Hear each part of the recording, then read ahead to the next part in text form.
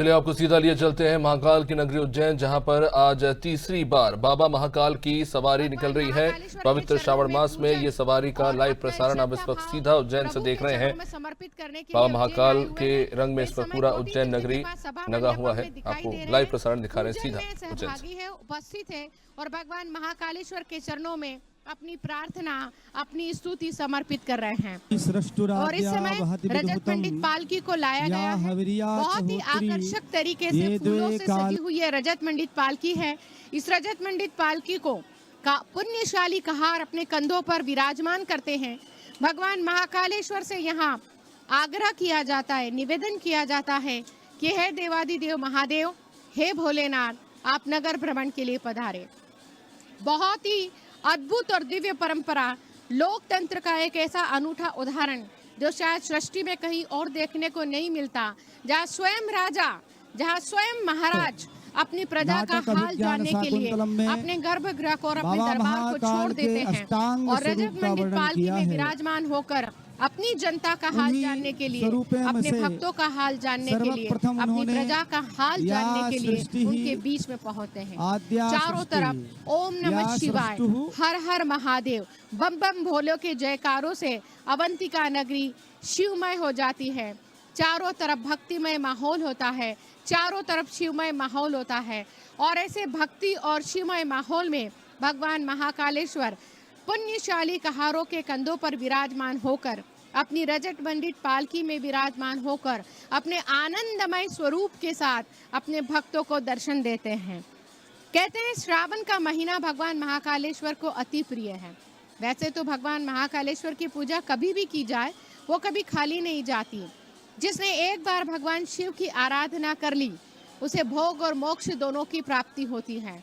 हमारे शास्त्रों और पुराणों में इस बात का उल्लेख मिलता है कि जिसने शिव की आराधना की उसे सब कुछ प्राप्त हो जाता है। महाकाल का पूजन होकर के सवारी अब निकलने वाली है। हमारे सभी भक्त वे भक्त वत्सल हैं, वे शरणागत वत्सल हैं, वे दया के सागर हैं, वे करुणा के सागर हैं। और दया और करुणा के सागर को अगर कोई एक बार आह्वान करे, कोई सच्चे मन से अगर भगवान शिव को एक बार भी पुकार लेता है, कोई सच्चे मन से अगर भगवान शिव के आगे अपनी झोली फैला लेता है, तो भगवान शिव उसे कभी खाली नहीं रखते। उसे वे सब कुछ दे देते हैं जिसकी मनोकामना लेकर भगवान शिव के दरबार में आता है। और यही कारण है बाबा सवारी श्रावण मास में हर शिवालय में 12 ज्योतिर्लिंगों में भक्तों की भीड़ देखने को हम सबके बीच इस समय ये दृश्य लेकिन उसके नदी के तट का दिखाई दे रहा है, जहाँ पर लोक कलाकारों के द्वारा लोक नृत्य की प्रस्तुति की जा रही है। भगवान महाकालेश्वर के चरणों में अपनी लोक साधना, लोक कला के माध्यम से वे भगवान महाकालेश्वर के चरणों में संसार की शक्ति है। और वे इस समय जो सारे संसार का आधार है, सारे संसार की शक्ति है, जो स्वयं ब्रह्म स्वरूप है, जो स्वयं पर ब्रह्म परमात्मा है, जो ज्ञान स्वरूप है, जो वेद स्वरूप है, ऐसे देवादिदेव महादेव अवंतिका नाथ आज रजत मंडित पालकी में जो कि पुष्पों से सजाई गई है उसमें विराजमान होकर अपने भक्तों के बीच पधारे हैं। कहते हैं भक्ति का अर्थ है प्रेम और समर्पण। और यही कारण है कि जब भगवान महाकालेश्वर अपने भक्तों के बीच पधारते हैं तो उनके भक्त भी अपने प्रेम और समर्पण के साथ में भगवान शिव की भक्ति में समर्पित हो जाते हैं। कहते हैं जो भगवान शिव की भक्ति करता है वो प्रेम और भक्ति के महासागर में उतर जाता है।